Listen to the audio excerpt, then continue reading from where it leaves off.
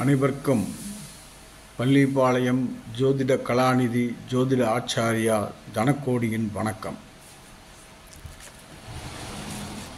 பொதுவாக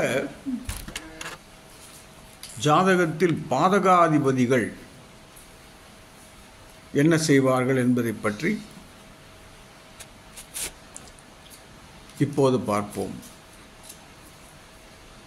பாதகாதிபதி பாதகத்தை தான் செய்வாரா இல்லை நன்மையும் செய்வாரா என்று பார்ப்போம்.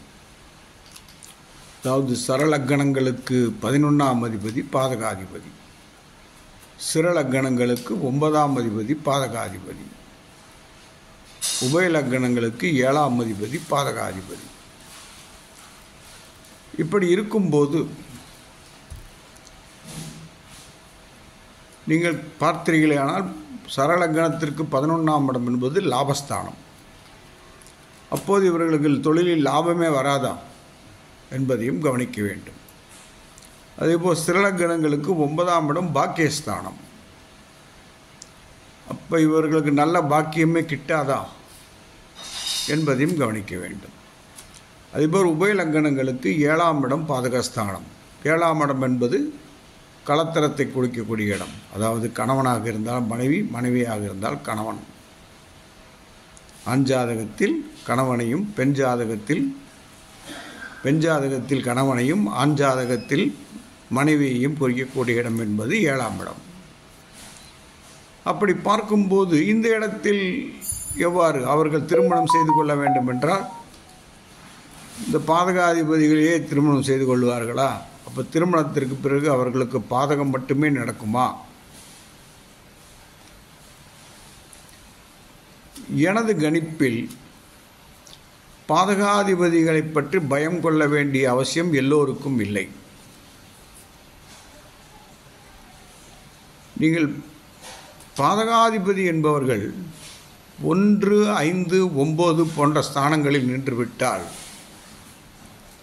இவர்கள் பாதகத்தை செய்ய மாட்டார்கள். நன்மை தீமையின்றி அமர்ந்திருப்பார்கள்.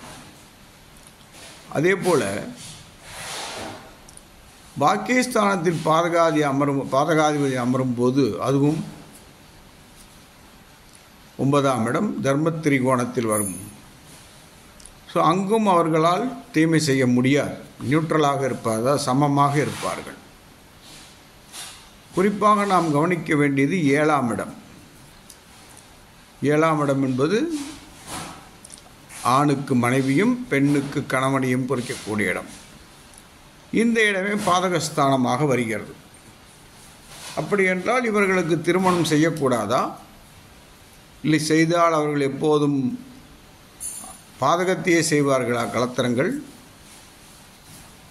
இப்படி யோசிக்க பார்க்கும்போது பாதகாதிபதி பாவி, லக்கண பாவியாக இருந்து 7ஆம் இடத்தில் அமரும்போது குறிப்பாக லக்கண சுபராக இருக்க வேண்டும். அவர் பாதகாதிபதியாகவும் இருக்க வேண்டும். 7ஆம் இடத்தில் அமர வேண்டும். 4, 7, 10 அவர் அமர்ந்தால் இவரால் தீமை செய்ய முடியாது. ஏனென்றால் நம் கணக்குப்படி, ஜோதிட விதிப்படி கேந்திரத்தில் பாவிகள் இருப்பது நல்லதென்று சொல்லப்பட்டுள்ளது. ஆகவே அங்கும் பாதகம் நடப்பதற்கான வழி இல்லை.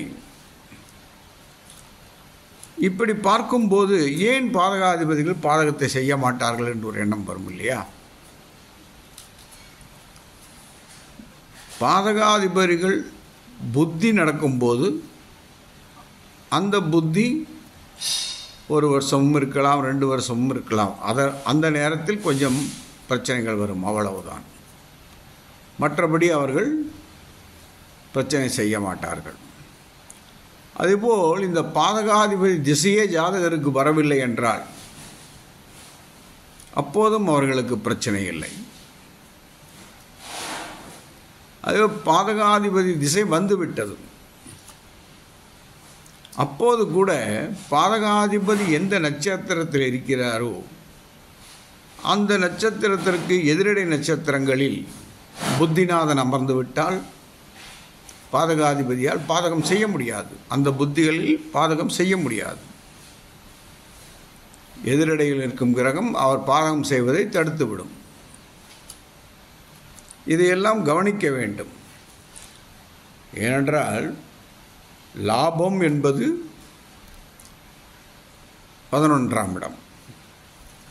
சரளகணத்திற்கு அதுவே பாதகஸ்தானம்.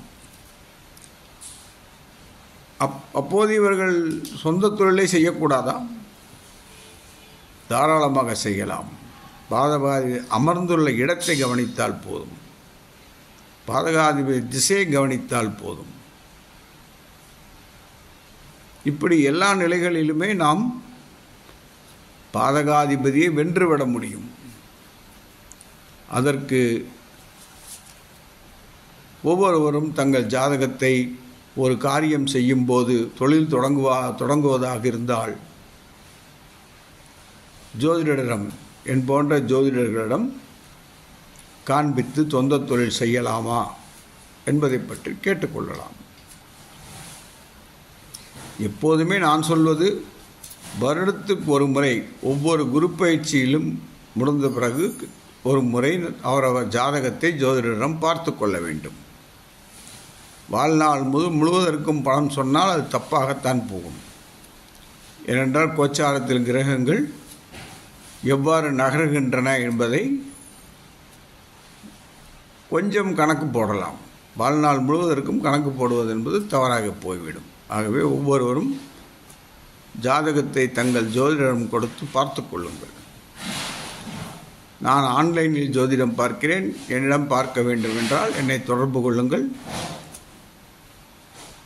எனது ஃபோன் நம்பர் 9364111294, அதாவது 93 64 11 12 94 மற்றும் 94 87 31 33 00.